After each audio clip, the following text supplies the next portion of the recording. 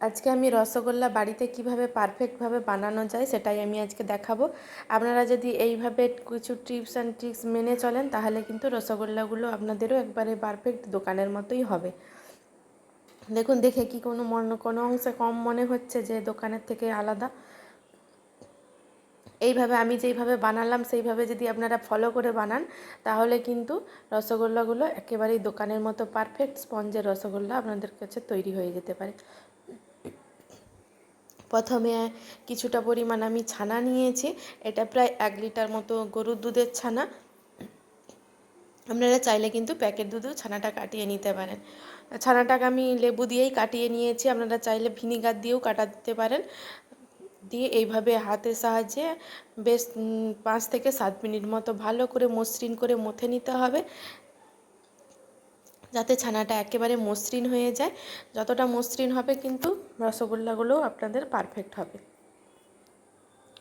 এইভাবে 5-7 মিনিট মতো ভালো করে মেখে নেওয়ার পরে তারপর আমি এটা বাইন্ডিংয়ের জন্য, দেখুন একেবারে মসৃণ হয়ে গেছে। বাইন্ডিংয়ের জন্য আমি 1/2 টিস্পুন মতো দিয়ে দিলাম ময়দা, দিয়ে আবার ভালো করে ময়দাটা সঙ্গে মেখে নিতে হবে। ছানাটা মেখে নিয়ে গোল গোল বলের আকারে করে নিতে হবে। আপনারা নিজেদের পছন্দ অনুযায়ী বলটা বড় ছোট করে নেবেন। আমি এখানে কিন্তু খুব ছোট ছোট সাইজেরই বল করে নেব। আপনারা চাইলে কিন্তু বলগুলো একটু বড় সাইজেরও করে নিতে পারেন। এদিকে কড়াইতে চিনির শিরা তৈরি করতে দিয়ে দিয়েছি। কড়াইটা গরম হয়ে গেছে, তার মধ্যে দিয়ে দিলাম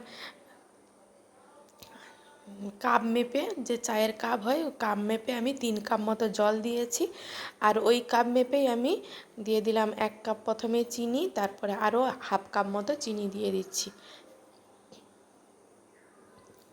দিয়ে চিনিটা যখন মেল্ট হতে দেব, জলটা গ্যাসের ফ্লেমটা কিন্তু হাইতেই রাখতে হবে, কারণ এই যে চিনির শিরাটা এটা কিন্তু একদম টকবক করে ফুটতে দিতে হবে।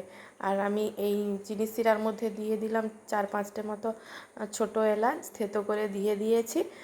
ওই জলটা চিনির শিরাটা ফুটতে থাক, আমি ততক্ষণে এগুলো গোল গোল করে বলের আকারে করে নিচ্ছি। দেখুন, আমি অল্প একটু কিছুটা ছানা নিয়েছি, হাতের সাহায্যে এইভাবে ঘুরিয়ে ঘুরিয়ে গোল বলের আকার করে নিচ্ছি। দেখুন, আমি কিন্তু গোল বলগুলো খুব একটা বড়ও না, খুব একেবারেই ছোটও না, এইরকম সাইজের করে নিচ্ছি। আমি আরেকটাও করে দেখাচ্ছি। দেখুন, এইভাবে হাতুর তালুতে রেখে দিয়ে এইভাবে ঘোরালেই গোল গোল কিন্তু একেবারে মিষ্টির মতো গোল গোল রেডি হয়ে যাবে। এইভাবে আমি সবকটা মিষ্টি করে নিয়েছি। এখানে মোট আমার 12টা মতো মিষ্টি তৈরি হয়েছে।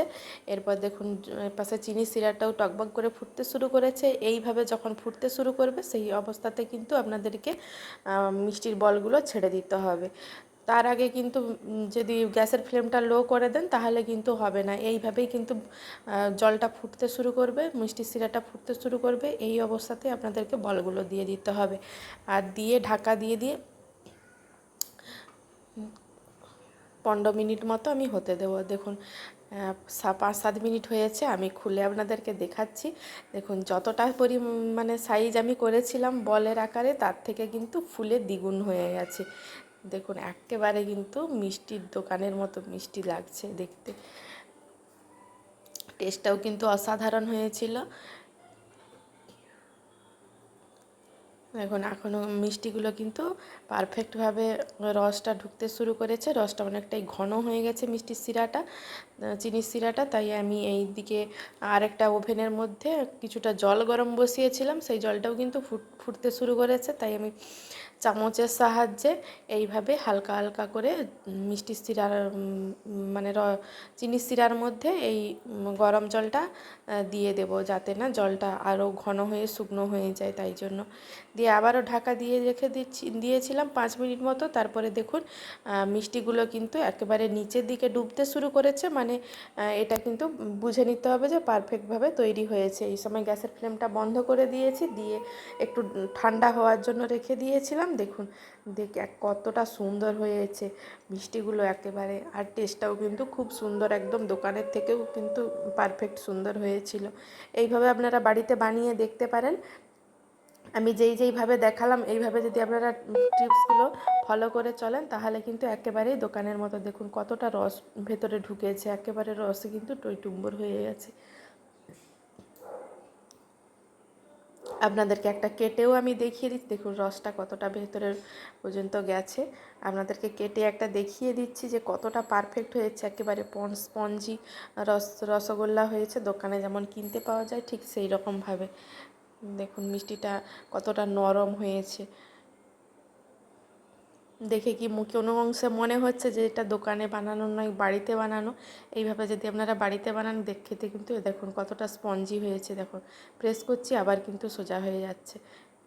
রেসিপিটা ভালো লাগলে লাইক করবেন।